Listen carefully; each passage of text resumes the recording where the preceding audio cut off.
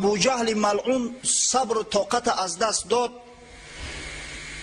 و در نزد خانه خدا نسبت پیامبر خدا صلی الله علیه و سلم اهانت روا دید، دشنام و حقارت کرد حضرت. اما دید که حضرت وقتی که مثل که استوار است، اعتنای به سخنهاش نمیکند، به همه عبادت خود به طواف خود مشغول است، یک سنگی را گرفته جانب رسول الله صلی الله علیه و سلم هوا داد و پیغمبر خدا را مجروح کرد، یک زخم در سر پیغمبر صلی الله علیه و سلم گذارید و کسی هم پشتیبانی نکرد. ساعتی نگذشته بود که حمزه امکی پیغمبر صلی الله علیه و سلم که هنوز اسلام قبول نکرده بود از شکار بازگشت. کمان شکاری در دست و در سر کتفش پرنده ها و خرگوش های شکار کردگیش آویزان می آمد که یک کنیز دیدش، گفت خبرش کرد. و بعضی روایات کنیزی امیه ابن خلف گفت برادرزاده تا مجروح کرد ابو جهل در نزد خانه خدا. حمزه یک روز نزد کعبه اومد، دید که در حجر اسماعیل علیه السلام ابو جهل همراه چند نفر از رفیقاش نشسته است. آمد گفت ای بزدل ملعون، تو چی نوع جرأت کردی و نسبت برادرزاده من اهانت روا دیدی؟ تو پدرسگ گفت نمیدونی که من در دین محمد صلی الله علیه و سلم هستم. و به همون کمانش کشید، در فرق سر ابو جهل چنان یک ضربه نواخت که سر کفید، خون جاری شد از پیشای چشماش. چند نفر از بنی مخزوم خواستن که به پشتیبانی بخیزن، اما ابو جهل که غیرت حمزه را میدونست، ننگ ناموسی بنی هاشم را میدونست، سر رهی رفیقا و خیش تباراش گرفت، گفت نه عیب از من گذشته است. درست کرد، عیب از من گذشت که من برادر زاده ای را به یگان وجه آزار داده بودم، شما گفت در این کار خوش نشوید. و از زبان حمزه به اختیار کلمه اسلام بر اومد که من مسلمان شدم، تو مگر نمیدونی؟ حال آن که اسلام نه آورده بود، از تعصب باری اول این سخن گفت. بعد یک روز نزد محمد صلی الله علیه و سلم اومد، احوال پرسیش کرد، گفت که حالی من اسلامی نآورده در میان مردم اعلان کردم که مسلمان شدم، انا که اسلام عرضه داده من مسلمان شدم. برای مسلمان ها یک دولتی بزرگ بود، یک شیرمرد، یک شیردل، شخصی که هیچ کس جرأت نمیکرد که رو بروش استاده و یگان سخن اهانت آمیز گوید مسلمان شده است. این بسیار دولتی بزرگ بود، مسلمان ها بسیار شاد و فرحناک شدند. از بین 3 روز دیگر گذشته بود که یک خبری خوشی دیگر رسید در امو حالت و وضعیت هایی که بالای اسلام و مسلمانان ابرهای تیره و تار جهل و ظلمت آویزان بود. بشارت به اسلام حضرت عمر ابن خطاب رسید. عمر ابن خطاب نیز یکی از همه شیردلای قریش بود، بسیار تندخو بود است، تیز بود، هر گپ برداشت کرده نمیتونست. حضرت عمر بسیار قوی هیکل بود، 2 متر قریب قامتش بلند بود است، پهلوهای پهن، پهلوان، گوشتنگیر، جسور و بسیار با غیرت و با حمیت بود. تعصبش بسیار بلند بود. چرا مسلمان نشد در ابتدا؟ از سبب آن که گمان میکرد که همون راهی که آبا و اجدادش پیش گرفتند راهی درست است. حتی مسلمانان را مذمت میکرد که چرا شما میخواهید که دینی را که جد و اجداد شما پیروی میکردن امروز ترک کنید، بر ضدش برخیزید. و وقتی که یک عده از مسلمانان مجبور به ترک وطن شدند، به حبشه هجرت کردند، حضرت عمر از خشم خوابش نمیبرد، از بس که حالی او قدر عقلش کامل شدگی نبود، حالی ایمان نداشت، مسلمان نشده بود. از همین خاطر گمان میکرد که سببگاری همه عذاب و مشقت هایی که بالای مردم قریش آمده است قریشی هایی که حضرت عمر واقعا دوستشان میداشت. گمان کرد محمد صلی الله علیه و سلم است. از همون خاطر تصمیم گرفت که باید محمد کشته شود. در بعضی روایات اومده است که بار عمر ابن خطاب نزد خانه خدا نشسته بود، شب بود، در پهلوش پیغمبر خدا صلی الله علیه و سلم نماز میخوان. آیات قرآنی در گوشش آمد، سوره الحقه تلاوت میشد. حضرت عمر گوش به قرآن داد، گفت این حقیقتا شاعر ماهر بوده است. به دلش فکر میکنه این شعرها را چه خیلی جذبه دار هستند، چه خیلی شیرین و لطیف برآمده استادیان. همه وقت پیغمبر خدا صلی الله علیه و سلم آیه انه لقول رسول کریم و ما هو بقول شاعر قلیلا ما تؤمنون را تلاوت کرد. جایی که خداوند میگه که این سخن رسول کریم است، فرستاده بسیار بزرگ صاحب مرتبه، یعنی که این قول حضرت جبریل علیه السلام به محمد صلی الله علیه و سلم آورده است. این سخن شاعر نیست. چی کم ایمان آورده اید، چقدر شما ناباور هستید که آیه قرآن و سوره قرآن از شعر یک شاعری دیدو فرق نمیکنید. حضرت عمر در لرزه اومد، گفت سبحان الله، این شاید یگان کاهن است، یگان ساحر جادوگر است. فهمید که در دل من چی گذشته است. که حضرت رسول الله صلی الله علیه و سلم دوام داد، ولا بقول کاهن قلیلا ما تذکرون تنزیل من رب العالمین. این سخن کاهن نیست میگه خداوند. چی کم شما پند میگیرید، چرا اینقدر کندفهم هستید؟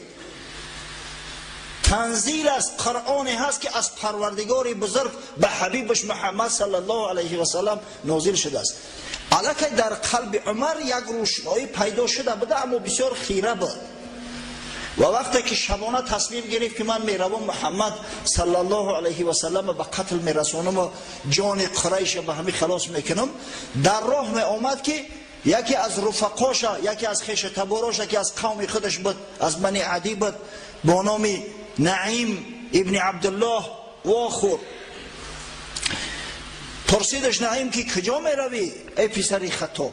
گفت من میروم محمد صلی الله علیه و سلم به قتل برسونم، همه شر و شور و همه جنجال به همه خاتمه یابد. گفت تخته به سادگی نزن، تا کجا و محمد ابن عبدالله کجا؟ تا گمان میکنه که بنی هاشم تر از زنده میمونن؟ قسم به خدا 100 پارت میکنن. گفت 100 پاره. گفت از همین گپات برمی آید که ختم سابعی شده ای. سابعی شخصی را میگن که از دینش برگشته باشد. اصلا این مشرکای بدبخت مسلمان نمیگفتند، سابعی میگفتند، کسی را که دین اسلام رو برگزیده باشد از میان مشرکا. گفت تو از این گپی عجیبتر برات نقل کنم، مسلمان شدن من ترت به تعجب بیارد؟ از این چیزی عجیبتر نقلت کنم؟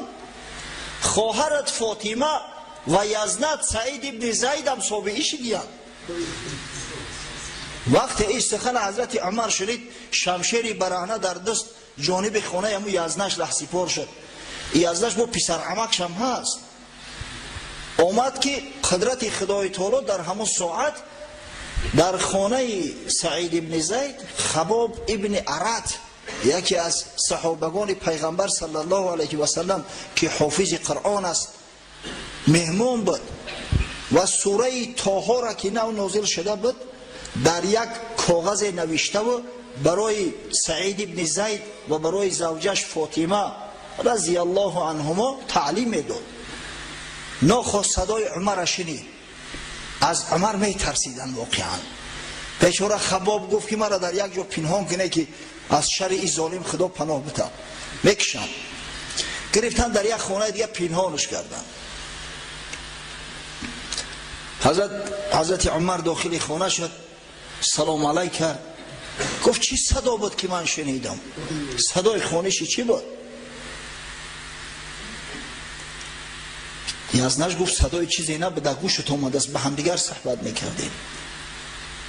بعد گفت من شنیدم یا سعید که شما از دین پدر و جد اجدادتون رو تفته اید، دین دیگر را اختیار کرده اید؟ هیچ عقل داره؟ سعید گفت یا عمر اگر دین غیر دین دیگر از دین جد اجداد ما بهتر باشد، دین حقیقی باشد چی؟ دیگر داشت نداد حضرت عمر یک مشت در دهن یزنش کوفت، بیچاره یزنش رفت به تخته پشت زد. فاطمه وقتی حال شوهر شدید، این شوهر بسیار عزیز می شود، خاصتا که با شوهری خوب باشد، شوهری به عدل باشد، محب باشد. پرید خست بیچاره، خواست سری رای اکش بگیره که یک شپوتی دیگر خواهرش زد، بنی خواهرش شکست، همه در خون آغشته در بالای شوهرش رفتید. اما زن شیردل از جاش خست گفت بله من مسلمان شدم، اشهد ان لا اله الا الله و اشهد ان محمدا عبده و رسوله. یگان گپ دیگر داری؟ گفت ما راه حق پیدا کردیم، خداوند هدایت می‌کرده است. حضرت عمر رعشه گرفت، از یک طرف دید خواهرش در خون آلوده. همین شیردیلا جوان مردا وقتی که ببینن که یگان کودک گریه میکنه یا یگان زنک گریه میکنه، با بسیار غمگین هم میشوند، بسیار یک قلب لطیف نرم دارن. خواهرش در اون حالت دید که از نشبه یگان وجهی زد است، پشیمان شد. گفت این چه کاغذ است در دستت؟ که همین کاغذ من دبته من بخونم. گفت پلیدی ناپاکی، غیرتی زن ببینه. ای برادر خود در این اکسیر زن، کم نباید صدقی مرد از صدقی زن. مرگ تواری مرده که غیرت یک زن نداشته باشی. گفت تو پلیدی، تو ناپاکی، تو نجیسی. این ورق پاکیزه و تازه قرآنی عظیم شأن است، تو حق نداری را بقپی. برا گفت اول غسل کن بعد بیا اجازت به تو بخون. حضرت عمر رفت غسل کرد، آمد گرفت سوره طه را شروع کرد. بسم الله الرحمن الرحیم. سبحان الله. گفت چه نام‌های زیبا، چه نام‌های بزرگ. بسم الله الرحمن الرحیم مشرکان میگفتن، وقتی که یگان مکتوب می نوشتن شروع میکردن بسمک اللهم، بسمک اللهم. این رحمان و رحیم او نمیشناختن، نمیدونستن. گفت چقدر نام‌های زیبا، مهربان ترین مهربان ها، بخشاینده. بعد خواند تا آیه 16 سوره طه اومد. اعوذ بالله من الشیطان الرجیم. اننی انا الله لا اله الا انا فاعبدنی و اقیم الصلاة لذکری. جایی که خداوند متعال میگوید که این است جز این نیست که الله یگانه معبودی بر حق من هستم، غیر من معبودی دیگری نیست، پس عبادت مرا کن و برای ذکر من، برای گرفتن نام من نماز بخوان، یادی مرا کن و اقیم الصلاة لذکری. گفت من چه بگم که رفیق شما شوم؟ چکار کنم که مسلمان شوم؟ گفتم باید کلمه عرضه کنی. گفت کجاست محمد صلی الله علیه و سلم؟ گفتن در خانه ارقم ابن ابی ارقم. ارقم ابن ابی ارقم یک حجره داشت، مکان اجتماعی مسلمان ها بود. در اونجا جمع اومدن به که صفون نزدیک بود. هر وقت میخواستن نماز بخونن یا طواف کنن میفرمودن از خانه ارقم ابن ابی ارقم میخوندن و با بالا خانه میبرمدن، همون مکانشو همونجا بود. از چنگال مشرکارم خلاص بدند، به خانه خدا رم نزدیک. حضرت عمر شمشیر را در کتفش ماند و آمد در خانه ارقم کوفت. از سراخی در یک نفر از مسلمانای بیچاره نگاه کرد.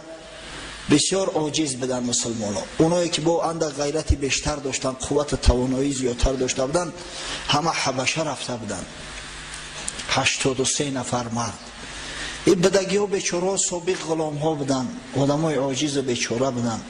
وقتی عمر دید بیچاره دیگه در دهشت افتاد، آمد ندا را برداشت، گفت یا رسول الله صلی الله علیه و سلم. عمر آمد از شمشیر حمایل کرده. حضرت حمزه بود گفت چقدر شما داد فغان میبرداره، چی بانگ استراب زده؟ آمد از بسیار کاری خوب کرده است، در بخشوی گفت اگر با کار خیر اومد خوب استقبالش میکنیم، نه که اگر نیتی بد داشته باشه با همون شمشیر خودش میکشیمش. شما چی ترسیده؟ در باز کنه. در باز کردن. حضرت عمر آمد، السلام علیکم گفت. حضرت رسول الله صلی الله علیه و سلم از تسمه‌ای که در او شمشیر آویزان بود گرفت و از یاخه حضرت عمر گفت ای عمر، تا کی به جان خودت جبر میکنی؟ تا از خدا نمیترسی؟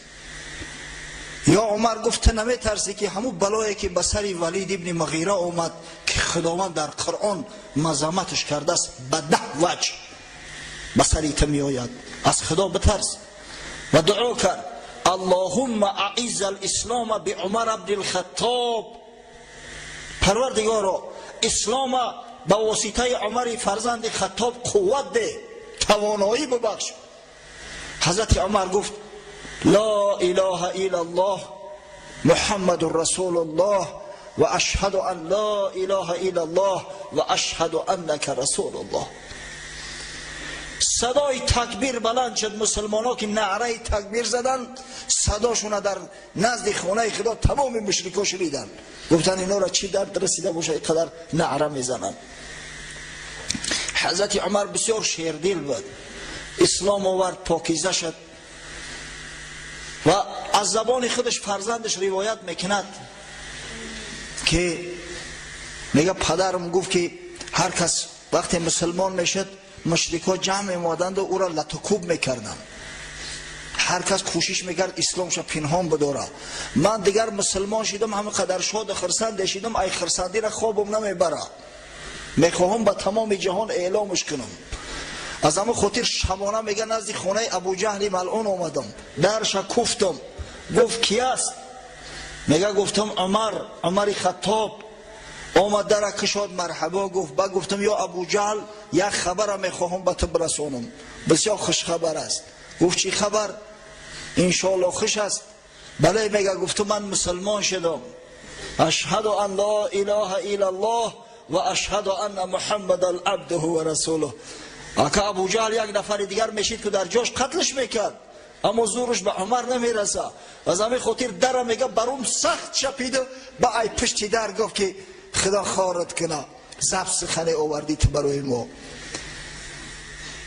نزد پیغمبر خدا صلی الله علیه و سلم آمد، گفت یا رسول الله ما بر حقیم؟ گفت بله. گفت ما اگر زنده هم مانیم، کشته هم شویم، در راه حق هستیم؟ حضرت گفت بله. پس چرا گفت ما باید اسلام خودمون پنهان بداریم؟ خزه بریم نماز آشکار در پیش چشم مشرکا بخونیم، همین دشمنی بدبخت بسوزانیم. خزه. حضرت هم گفت خزه. ندای الله اکبر شد. حضرت عبدالله ابن مسعود میگه 2 صف شدیم. در یک صف حمزه پسری عبدالمطلب سرور شد، در صف دیگه حضرت عمر. رسول الله صلی الله علیه و سلم مثل یک گل در بین 2 صف گرفتیم و با نعره الله اکبر میگه عازم مسجد شدیم. مشرکا این جرأت هرگز از مسلمانان ندیده بودند، در دهشت افتادند. آمده میگه در گرد خانه خدا 7 دور طواف کردیم، 2 رکعت نمازی شکر گذاشتیم. حضرت صهیب ابن سینان، صهیب رومی میگه تا زمان اسلام عمر بسیار عاجز بودیم، میترسیدیم که مبادا یگان زیان و ضرر به ما نرسه. اما وقتی که عمر پسر خطاب مسلمان شد دیگر همین قدر با جرأت میشیشتیم که با قول امروزه ویزیوا یوشی که یک کس حد داره گپ زنه، گپش میگرفتیم در دهنش میکفتیم. واقعا خداوند متعال توسط حضرت عمر رضی الله عنه اسلام قوت بخشید. این واقعه اسلام حمزه ابن عبدالمطلب و اسلام حضرت عمر در ماه ذوالحجه سال 6 هجری است. ملاهایی که ملاهای 5 وقته و دیگر است، یکی از سوالو همین هم است، در یوتیوب بگیره. در ماه ذوالحجه سال 6 هجری واقعا وقتی که مشرکا این حال دیدن که حمزه مسلمان شد، عمر مسلمان شد، مسلمان‌ها قوت گرفتن، مسلمان‌ها دیگر آشکار میان نماز در پیش خانه کعبه میخونن، پروای مشرکان نمیکنن. جمع اومدن گفتن به این راه کار بود نمیشود. اگر به همین شکل آرام بیستیم تمام مکه و تمام قبایل عرب اینو مسلمان میکنن. باید یک چاره بجوییم و عاقبت الامر به خلاصه اومدن که مسلمانا را محاصره اقتصادی میکنیم، تحریم اقتصادی نسبت مسلمانا، هم تحریم اقتصادی و هم تحریم اجتماعی. تحریم هم میدونید نه؟ اکونومیست که بلاکاد هم میگن. مثلا بعضی دولت ها حالی در زیر همین تحریم اقتصادی قرار دارن، با او بیچاره تجارت نمیکنن، داد و گرفت نمیکنن. با شخصایی که طرفداری محمد صلی الله علیه و سلم بودن، خاصتا با بنی هاشم و بنی مطلب بسیار شدید گرفتن کورا. یک قرارداد ظالمانه به امضا رساندند که در آن گفته میشد با بنی هاشم و با بنی مطلب و با پیروان محمد صلی الله علیه و سلم هر کسی که تجارت میکند یا رفت و آمد میکند یا معامله و مناسبت میکند یا دختر میدهد یا دختر میگیرد یا همسایگی میکند جزا داده میشود، به حدی که از مکه بدرقه کرده میشود. تا همین درجه را سخت گرفتن و این قرارداد ظالمانه به امضا رسید. نویسندش در بعضی روایات اومده است که شخصی بود با نام منصور، اما آنچنانه که شیخ مبارک فوری در کتاب رحیق مختوم تاکید میکند، میگد که نه روایتی نوشته شدن قیدنامه به دست منصور ابن هشام است والله اعلم و نه به دست نظر ابن حارث درست نیست، بلکه نویسنده آن یک شخصی بدبختی بود، یک مبغوض بود با نام بغیض ابن عامر. حضرت رسول الله صلی الله علیه و سلم وقتی که همون قرارداد نوشت بغیض ابن عامر، دعا کرد که خداوند دستش خشک کردن و دستش مفلوج شد، دستش خشک شد. این بدبخته قرارداد گرفتن در داخل کعبه در دیوار چسباندن. بعد روزای سخت بسر مسلمان ها و بسر بنی هاشم آمد، دیدن که بسیار وضعیت بد است، همسایه ها همسایگی نمیکنن، خوف خطر غارت و قتل و کشتار به میان آمد. از همین خاطر ابو طالب تمام بنی هاشم و بنی مطلب دعوت کرد که بیایید در دره من زندگی کنید. این مکه خیلی هموار، حالی هم که هموار نیست، زمانهای پیش دره بود. مثال هر قوم و هر یک گروه هر دهچه در یک دره زندگی میکرد.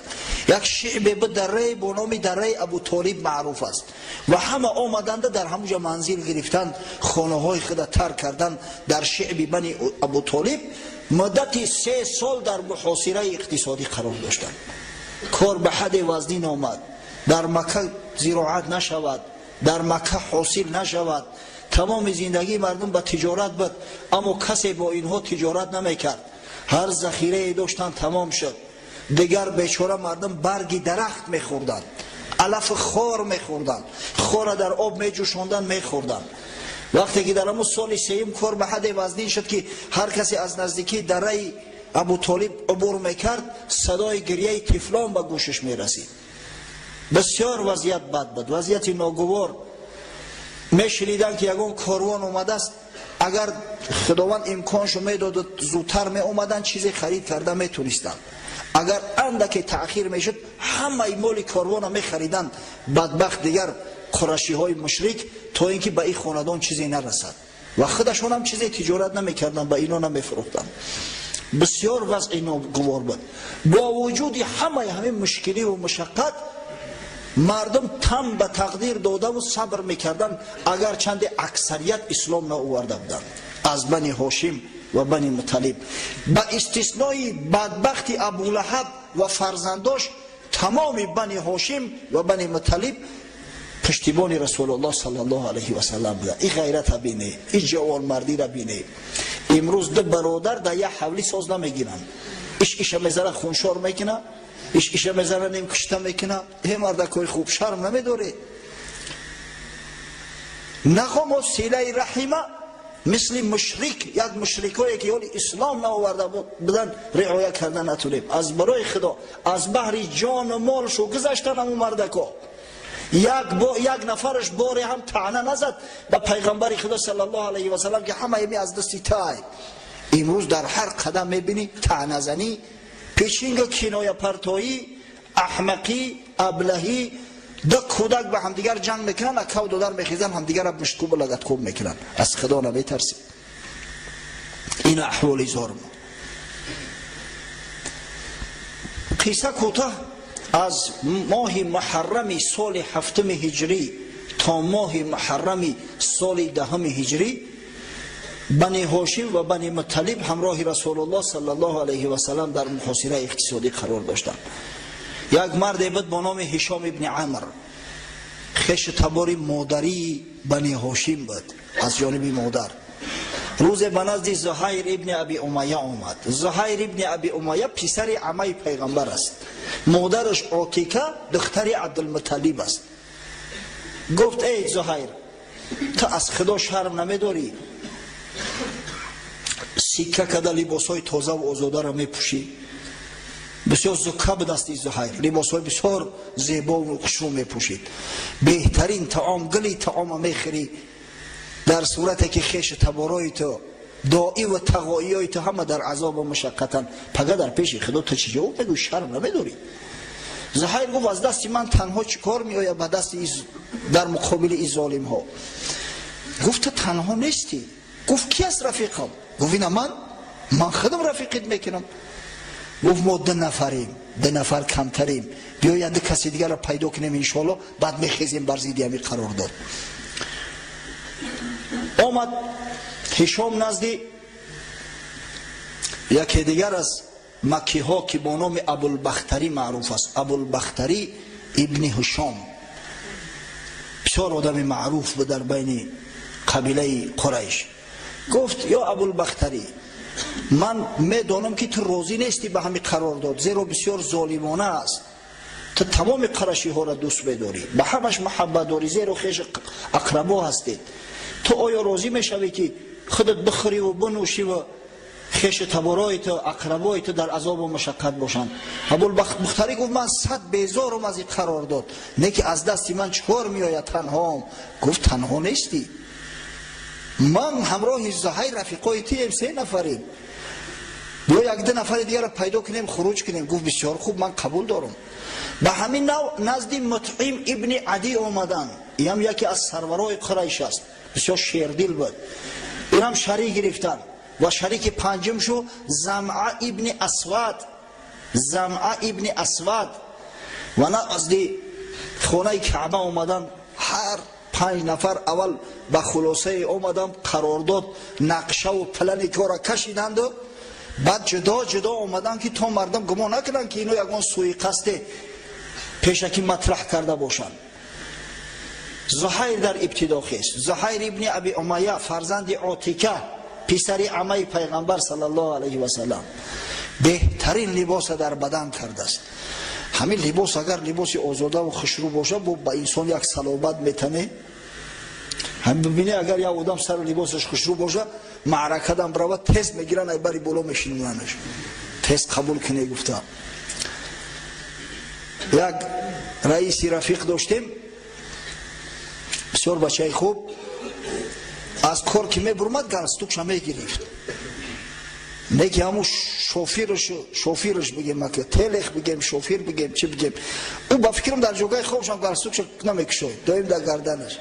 بعد حزل میکرد همین رئیس که میریم همین رئیس خیال میکنن من گرستوک ندارم، میگذرنن ای بری بالا بشیمونن، مرا میگه قطعی شوفیرا میبرن جا بکنن، با میگه که آخی رئیس هم این سر لباس انسان یک صلابت میبخشه. کوشش کنه که لباسای تازه و آزاده و خوشرو پوشه. همین مسلمان لباسش تازه و آزاده میشه. با این مایک‌های نوپگدی هیچ که حرمتو نمیکنه. تازه آزاده خوشرو پوشه. همین برای جوانا با همین شیم کستون چیزی هم داره. همین قدر خوشرو، کرتای سفید پوشه، تازه باشه، خوشرو باشه، آزاده باشه. یک شاعر میگه تجمل بالثياب ولا تبالی. فإن العین فوق الاختبار. لباسای زیبا بپوش، اختبار لباس زیبا آزاده کن، پروا نکن، زیرا چشم پیش از اختبار است، پیش از عقل علم است. اول مردم با چشم میبینن، با گفته میشنون، با علم دانشی که را بعد معین میکنن که تی اگه سواد داری یا نداری. پادیاش که فستری چایود دید. فإن العین فوق الاختبار فلو جعل الثياب على حمار لقال الناس یا لک من حمار. میگه اگر همین خره که خره، اگر همون را یگان تقم خشرو بزنن، یگان زین فسانش بزنن، در گردنش یگان زنگولچه آویزان کنن، کسی بگذره میگه ایتا خری خشرویه. اگر همین خر خشروگی داره آخی، میگه همون سر دهنش نخته و تقماش اگر خشرو باشه. بعضیا با هم قضا و قدارن اسپورا دیده میخوای با نقرگی میزنن زینت میتن، اگر همون خیلی باشه میگه ایتا خری خشرویه. از همون خاطر هم زهیر لباسای بسیار تازه و آزاده در بر کرده بود. در میان مردم خیست، گفت یا معشر القریش، ای مردم قریش. همه متوجه شدن. گفت شما را به خدا قسم، ای خدا شرم نمیداره؟ نخوم و بخوریم، بآشامیم، زندگی کنیم، زن بگیریم، راحت داشته باشیم. بنی هاشم و بنی مطلب کیار رفقای ما هستند، خیش تبارای ما هستند، بیگانه نیستند. اینا فرزندای مطلب هستند که یک زمان سروری قریش بود در عذاب و مشقت. این چی نامردی است؟ باید اما قراردادی ظالمانه پاره شود. ابو جهل ششته بود، گفت تو کذاب دروغ میگوی، نامعقول کردی، او را پاره نمیکنی. که مطعم ابن عدی ششته بود، گفت نامعقول کردی، دروغگو تویی، چنی دهنت گپ زن، راست میگه اون مرد. اکنون مطعم ابن عدی با ظاهر خیش تبار نیستن، اینو اکاو دادر نیستن که بگن که یو سوی قصد کردین. ابو جهل دیگه حیران شد. خیست زمعه ابن اسود گفت هر دی شما قسم به خدا راست گفته. هر کسی که ذره انصاف داشته باشه گپ شما رو تصدیق میکنه. کج بشین راست بگو، قرارداد ظالمانه باید پاره شود. همین وقت از یک گوشه دیگه هشام ابن عمرو خیست، از یک گوشه دیگه ابوالبختری خیست، گفتن ما راضی هستیم، غلاغوله را برداشتن. دیگر ابو جهل فهمید که پیشکی نقشه کشیدگی است. گفت این نقشه شبانه خلوت در کدوم خانه کشیده شده است. این مردم در اینجا فقط یک سپکتاکل نشان دادن، اما دیگه کار از دست رفته بود. همین وقت ابو طالب اما که پیغمبر صلی الله علیه و سلم که در یک گوشه بیچاره نشسته بود، موی سفید بیمار بود و رسول الله صلی الله علیه و سلم براش خبر داده بود. گفت که همون قرارداد ظالمانه را موریانه خورد است. موریانه را میدونه؟ کریه مول میگم به روسی. او زمانهای پیش یا در پوست می نوشتن، این پوست همه عجلش همون کریه یخده را میخیرش. قرارداد موریانه خورد است گفت پیغمبر صلی الله علیه و سلم. برای قریشی ها را خبر کرد که دیگه این شیره مونده است. ابو طالب هم از جاش خیست، گفت من یک سخن میخواهم بگم. محمد صلی الله علیه و سلم مرا آگاه کرد که خدا میگه به من خبر داد که همون قرارداد شده موریانه خورده است. اگر گفتن گپش راست باشه میکنیم قرارداد نقض میشود، نه که اگر گپ دروغ باشد تو تسلیمش میکنی به ما. محمد صلی الله علیه و سلم دیگه محافظتش نمیکنی. گفت که من در صدق برادرزادم 100% اطمینان دارم. من این کودک از 12 سالگیش بزرگ کردم، باری در کاری دنیا دروغ نگفته است، در کاری آخرت دروغ میگه. قبول.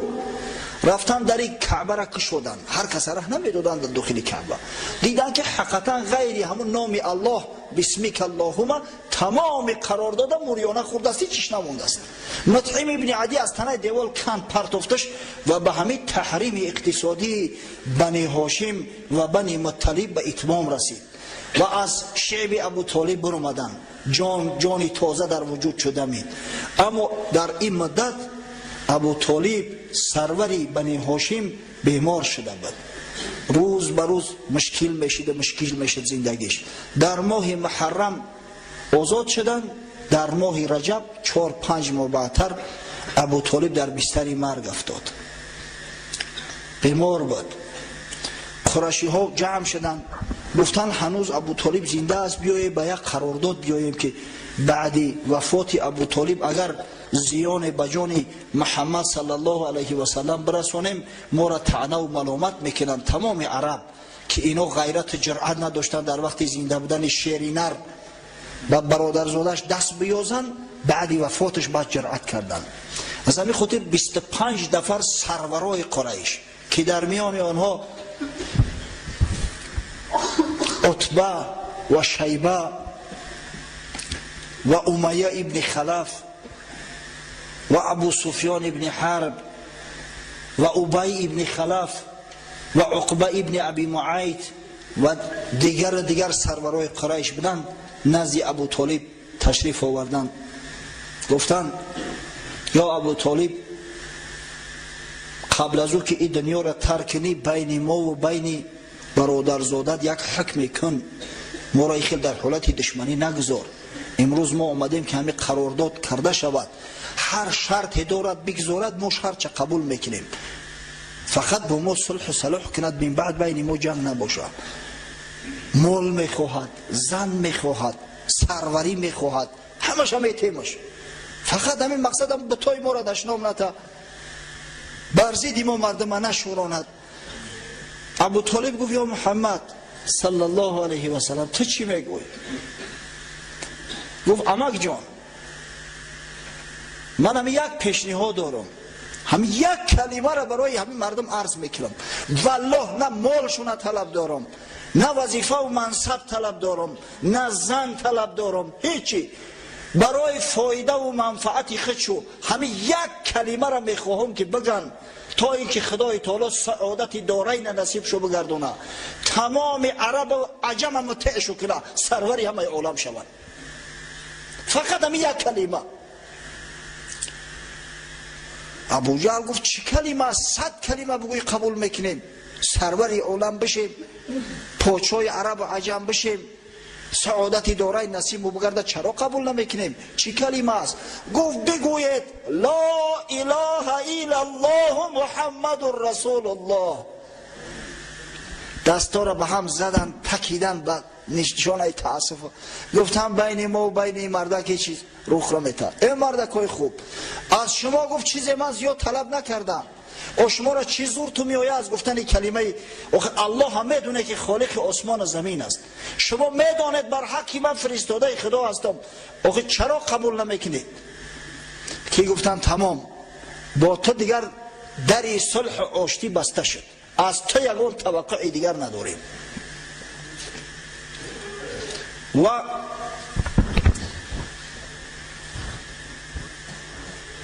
ابو طالب در ماه رجب سال 10 بعثت جناب سرور عالم، در بعض جا شاید من هجرت گفته باشم، اگر هجرت گفته باشم غلط گفتم، ولی ما به هجرت نرسیده ایم.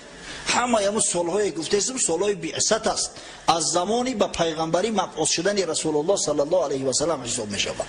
در سال 10 بعثت پیغمبر خدا صلی الله علیه و سلم در ماه رجب از دنیا گذشت. قبل از وفاتش ابو جهل ملعون همراه عبدالله ابن ابی امیه به عیادت ابو طالب آمده بودند، در گوشه نشسته پیغمبر خدا صلی الله علیه و سلم نزد عمکش آمد، دستش گرفت، بوسید، گفت عمک جان، قبل از او که جان تسلیم کنی بگو لا اله الا الله محمد رسول الله، تا به همین کلمه من حجاب تو از آتش دوزخ شوم. وضعت بیزیب است. یا عم قل لا اله الا الله کلمتا احاج لك بها عند الله، انا من حجابی تو میشوم، ترا از عذاب قیامت نجات میتم، رحمت خدای تعالی انشاءالله به تو میپیوندد، فقط همین کلمه را بگو لا اله الا الله. ابو طالب میخواست گپ زنه، همین وقت بدبختی ابو جهل از یک گوشه صداش بلند کرد که یا ابو طالب تو دینی پدرت عبدالمطلب ترک میکنی؟ دین پدرت یک عمر مدید عبادت کردی و پیروی کردی، امروز ترکش میکنی. و از بس که ابو طالب از هدایت خداوندی که محروم بود، ببینه که این هدایت، این توفیق چه دولتی بزرگ است. در آخرین لحظه علی ملت عبدالمطلب گویان جان و جان آفرین تسلیم کرد، به کفر از دنیا رفت. اهل سنت و الجماعت اتفاق دارن برادر و عزیز. گپای هر خیله اگر شنیدید بفهمید که گوینده سخن اهل سنت و الجماعت نیست، از اهل تشیع است. هر کسی گوید که ابو طالب با ایمان مرده است، زیرا در صحیح ترین کتاب ها بعد قرآن عظیم شان در صحیح بخاری و صحیح مسلم روایتی با کفر مردن ابو طالب امک پیغمبر صلی الله علیه و سلم آمده است. پس این چه نعمتی بزرگ است که خدای تعالی میسر ما و شما گردان. توفیق رفیق است به هر کس نرسد، نقشی پری طاووس به کرگس نرسد. ابو طالب که از سن 12 سالگی پیغمبر خدا صلی الله علیه و سلم مثل یک گوشه جگرش تربیه کرد، نگذاشت که خار در پاش بخلد، نگذاشت که یک دشمن ذره ظلم جور نسبت رسول الله صلی الله علیه و سلم روا ببیند. همین ابو طالب از هدایت خدا محروم از دنیا رفت، اما ما و شما در مفت رسید است از برای خدا. از پدر و مادر مسلمان مفت ایمان به دست آوردیم. افسوس و صد افسوس که نه همیشه به قدر این نعمتی بزرگ میرسیم. البته از بس که ابو طالب دفاع از پیغمبر میکرد، حال او از حال دیگر مشرکان فرق میکند. ما با شما گفتیم که ابو لهب ملعونه که خداوند غضبش نسبت او در قرآن بیان کرده است، ابو لهبی که با کفر و با دشمنی محمد صلی الله علیه و سلم از دنیا گذشته است، در کتاب های صحیح از جمله در صحیح بخاری اومده است که در خواب یک نفر از اقربای خود میزند، یک نفر از برادراش، و وقتی از او احوال پرسی میکند که چه حال داری، گفت که بسیار عذابم شدید است، اما هر شب دوشنبه به خاطر خشنودی که به تولد محمد صلی الله علیه و سلم ابراز نمودم و کنیزم سویبه را آزاد کردم، خداوند از میان دو انگشتم، نرانگشت و انگشت اشاره، یک آب شیرین پیدا میکنه، همون را میمکم. پس تصور کنه که ابو طالب که در جان رسول الله صلی الله علیه و سلم بیچاره بود، البته که انشاءالله خداوند از بسیاری بلاها او را ایمن داشته است. بخاری روایت میکند از عباس عمک رسول الله صلی الله علیه و سلم، حضرت عباس میگه پیش پیغمبر خدا صلی الله علیه و سلم تشریف آوردم، میگه گفتم یا رسول الله هل نفعت ابا طالب بشیء، میگه گفتم که ای پیغمبر خدا آیا تو به ابو طالب یگان فایده و منفعت رسانده میتونی؟ آیا یگان فایده تو به ابو طالب میرسد؟ فانه کان یحوتک و یبغض لک و یغضب لک. ابو طالب تا زمانی که زنده بود تو را دفاع میکرد، تو را با مواظبت غمخوری محافظت میکرد، به خاطر تو شده به تمام قریش غضب اظهار کرده است. آیا از یگان فایده و منفعت میرسد به ابو طالب؟ حضرت صلی الله علیه و سلم در جواب فرمود نعم هو فی زحزاح من نار لولا انا لکان فی درک الاسفل من النار. گفت بله، ابو طالب امروز در آستانه دوزخ است، در جایی است که آتش از بجلک پا بالا نمیبروید، تو همین بجلک پاش در داخل علاوه. اگر من نمیشیدم، اگر زاره و التجای من نمیشد، ابو طالب البته در کام جهنم میپرتفتند، در قعر جهنم در پسترین درجه میپرتفتندش، زیرا پیغمبر خدا را دریافت و ایمان آورده به این حضرت از دنیا گذشت. یعنی در حق مشرکا، در حق کفار دعا کردن، دعای استغفار و دعای رحمت خدا کفر است. بچه هشتونه در سر تو بگیری. من یاد دارم که یک زمان عازم کلاب شهر بدیم، چی معرکه بود، در راه می رفتیم که تلفن شد از ناحیه لینین، از ناحیه رودکی، یک کس اومده است برادرش نصرانی شده بوده، همون نصرانی مرد است، برای تردد جنازه که چیکار کنیم؟ گوش که گفتم برادر، جنازش اوسو بسته، اگر چند برادرت است، اگر بگوی که خداوند رحمتش کن نعوذ بالله کافر بشه، تو چی فکر داری؟ کدام جنازه؟ جنازه را برای مسلمان میکنن. پیغمبر خدا صلی الله علیه و سلم وقتی ابو طالب عمکش مرد گفت یا ابو طالب تا زمانی که خداوند منعم نکنه در حق طلب استغفار میکنم که خداوند گناهاش بیامرز مغفرت کن. همون زمان خداوند آیه نازل کرد اعوذ بالله من الشیطان الرجیم ما کان للنبی والذین آمنوا ان یستغفروا للمشرکین ولو كانوا اولی قربى من بعد ما تبین لهم انهم اصحاب الجحیم صدق الله العظیم. خداوند متعال بیان میکند که پیغمبر محبوب ما محمد صلی الله علیه و سلم و مسلمانان حقوق ندارند که طلب استغفار مشرک ها را کنند، اگر چند خیش اقرباشون باشند، اگر چند پدر و مادرشون باشند. وقتی که آشکار شد خداوند حکم مشرک برآورده است که او اصحاب جحیم است، او دوزخی است، دیگر رحمت در حق او چی معنی دارد؟ حضرت رسول الله صلی الله علیه و سلم خداوند نهی کرد، منعش کرد از اینکه طلب استغفار از برای عمکش ابو طالب کند. حضرت بسیار محزون شد، همین قدر جگرش خون شد که مردی که این قدر خدمت کرده است، این قدر محنت کشیده است، امروز از طلب استغفار من محروم، از مغفرت خداوند محروم، این احوالش چی می باشد؟ از این خاطر خداوند متعال پیغمبر خودش تسلی بخشید.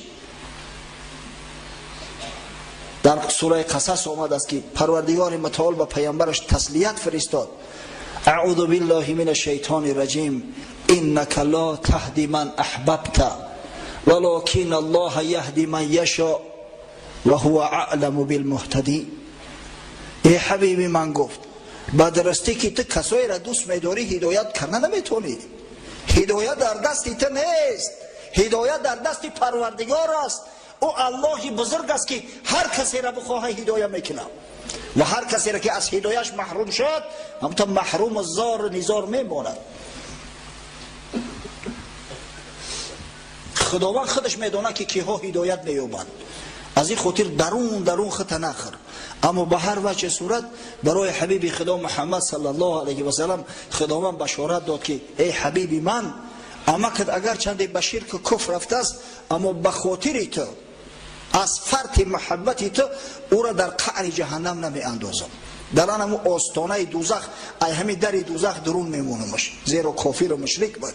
خداوند هیچ وقت کفر نمی بخشه، شرک هیچ وقت نمی آمرزه، در جایی که آتش از بجلک پشت بالا نمی بروید. این بود احوال ابو طالب عمک رسول الله صلی الله علیه و سلم. از بین 3 ماه دیگر گذشت، در ماه رمضان زوجه محترمه رسول الله صلی الله علیه و سلم مادر مسلمانان بیبی خدیجه بنت خویلد عالم فالی را بدرود گفته و به رحمت خدا پیوست. در سین 65 سالگی حضرت رسول الله صلی الله علیه و سلم 50 ساله بود، در همون سال 10 بعثت، و زوجه محترمش مادرمان بیبی خدیجه 65 ساله بود، 15 سال از پیغمبر خدا بزرگ بود. ما در این موضوع صحبت کرده ایم، حاجت به گفتار زیاد نیست. خدا رحمت و مغفرت کنه مادرمونه. حضرت رسول الله صلی الله علیه و سلم چنان گریست بالای مرده زوجش که مثل که طفلک بالای مادرش گریه میکنه. حضرت بعداً هم به درد رنج به علم میگفت که وقتی که تمام مردم از من رو گرداندن، خدیجه آغوش شیخچه باز کرده مرا با آغوش گرفت. زمانی که همه مردم را تکذیب کردن، دروغگو گفتن، بیبی خدیجه ما را صادق گفت، دین ما را قبول کرد، اسلام را قبول کرد. زمانی که همه مردم از بحر من گشته بودن، در رو تافته بودن، تمام مال ثروت به من بخشید، همه را در اختیاری من داد. و در صورتی که خداوند از کودک یافتن از دیگر زنها مرا محروم کرد، بیبی خدیجه به من فرزند داد. یعنی از دامن بیبی خدیجه خداوند متعال به من فرزند داد، از جمله 4 دختری که به سن بلوغ رسیده و همه شوهر کردند و در حقش دعای خیر میکرد. و مادرمونم به حد مهربان بود که تا زمان زنده بود پیغمبر خدا صلی الله علیه و سلم یگان مشقت احساس نمیکرد، یگان مشکلی را احساس نمیکرد. در خبر اومده است که پیغمبر خدا صلی الله علیه و سلم بعضا در غارها میرفت، خلوت اختیار میکرد، به عبادت خدا مشغول میشد، روزدار. و مادرمون کوزه در پشتش، در داخل کوزه طعام پیغمبر را میگرفت، در همون کوها میخرید، میبرد و میسپرید. بار حضرت نشسته بود که جبرئیل امین علیه السلام داخل شد، گفت یا محمد صلی الله علیه و سلم خدیجه میوید. گفت زوجه مهربانت در راه اومده است. گفت در کتفش یک کوزه برای طعام آورده است. ادام وقتی که داخل شد سلام خداوند براش برسوند. سبحان الله، خداوند با یک بندش توسط جبرئیل امین علیه السلام سلام فرستاده است. سلام خدای تعالی از براش برسان و براش بشارت ده که پروردگار برای او در فردوس اعلی به غیر او قصرهایی که به مردم عطا می شود با یک خانچه کرده است از نی، از قمیش مخصوص بافتگی، تازه و آزاده نازنین، و بشارتش بده که همو خانه منتظرش است. و رسول الله صلی الله علیه و سلم سال دهمی بعثت عام الحزن نام کرد. سال حزن، سال غم، سال اندوه، سال مصیبت، سال مشقت. متاسفانه ساعت تمام شد، وقت ما به آخر رسید. انشاءالله حالی هفته آینده وقتی که صحبت ادامه میدهیم بعد میبینه که حضرت رسول الله صلی الله علیه و سلم چه عذاب و مشقت هایی را متحمل شد بعد وفات ابو طالب، بعد وفات مادرمون بیبی خدیجه، چی بلاهای به سرش اومد، چی عذاب و مشقت هایی را متحمل شد. انشاءالله هفته آینده در اطراف این موضوع ها صحبت میکنیم. پروردگارا زحمات و مشقت هایی که مسلمان های عصر رسول الله صلی الله علیه و سلم کشیدن، خاصتا او زحمت مشقت هایی که مادرمون بیبی خدیجه کبرا کشیده است، پروردگارا میسر گردان زنای ما را، مردای ما را که از او عبرت گرفته و صابر باشند، صبور باشند. و پروردگارا زنهای ما را آداب و اخلاق حسنه ای را که به ازواج مطهره پیغمبر صلی الله علیه و سلم خاصتا به مادر ما بیبی خدیجه عطا کرده بودی عطا فرما، تا اینکه حرمت احترام شوهرای مسلمان خودم به جا آورده و توسط دعای شوهرها در جنت المأوا مستقر گردند برحمتک یا ارحم الراحمین.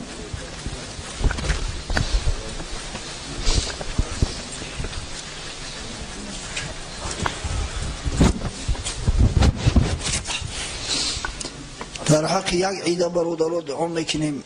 برادر ما حاجی سفر، این حاجی سفرو بسیارن، با نگه که همیشه در حق یک از دعا میکنه. یک حاجی سفری هم سبق داریم، خدا نگهبانش باشه، پروردگار سعادتی دارین نصیب روزیش بگردانه. در حق برادر ما حاجی سلطان که خداوند جمیع امراد و مقصوداش حاصل بسازه و فرزنداش هم مثل خودش محیب بزرگ بسازه. در حق برادر ما حاجی فرخ که بسیار محیب است، مهربان است، خداوند نگهبانش باشه دعا میکنیم. در حق یک خواهر اسلامی که آرزوی فرزنددار شدن در دل دارد و در حق تمام خواهرای اسلامی در زمین، تمام دخترامون از جمله دخترچه خدمم ولی فرزند نداره، دعا میکنیم پروردگار رو براشون فرزندای صالح مسلمان نوری چشم خادین دین مبین اسلام عطا فرما. در حق برادر محمد سعید که در صدمه نقلیاتی از پشت محروم شده بود، دعا میکنیم که خداوند براش صبر جمیل عطا کنه، پروردگار سربلندی و سعادت نصیب روزش بگردونه. در حق برادر مرحوم رحمت شاه دعا میکنیم. یک برادری، یک همسایمون، شخص بسیار قدردان، سن سالش هم جوان بود ولی در 50 نرفته بود. همین دیروز از دنیا گذشت. دعا میکنیم که خداوند رحمت مغفرتش کنه، پروردگار در جواری رحمتش مستقرش بگرداند و خداوند به پدر موسفیدش حاجی جمیل در این مصیبت بزرگ صبر جمیل ارزانی دارد. در حق برادرم حاجی تیمورشاه دعا میکنیم که پروردگار در کسب و کار زندگیش برکت عطا کند. در حق استاد داملو محمدی که بیمار است و در حق ایشان عبدالشکر که بیمار هستند دعا میکنیم پروردگار رو براشون شفای کامل و عاجل عطا فرما و سایه‌شون اثر قوم ها و اثر فرزنداشو کم نگردان. در حق پدر و مادر یک برادر اسلامی در همین دهنی در این مسجد التماس کرد که در حق پدر و مادرم دعا کن. در حق پدر و مادر ای و پدر و مادرای تمام مسلمان ها از جمله در حق پدر و مادر خدمم نیست دعا میکنیم که خداوند رحمت مغفرتشون کن و خداوند در جنت المأوا همراه پیغمبر خدا محمد مصطفی صلی الله علیه و سلم مستقرشون گردان. آمین یا رب العالمین.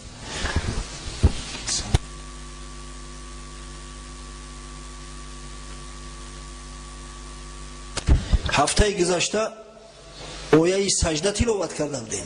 همین خیلی کار بود به همه برادرایی که همه آیه سجده را شنیدین یک سجده تلاوت واجب شده است.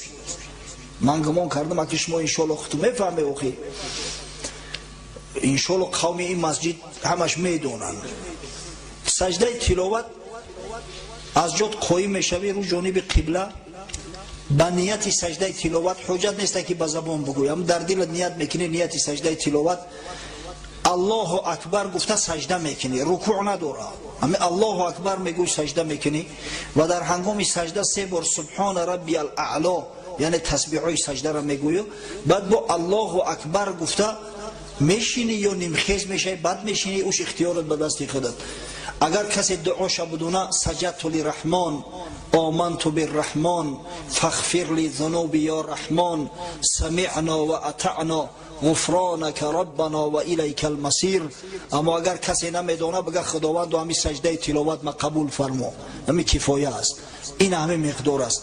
و هر کسی که همون آیه سجده را از ما شنیده باشه برادرای عزیز در ذمه همه یک سجده تلاوت واجب شده است و او سجده تلاوت در گردنت میسته، شرط نیست که حتما اداش کنی.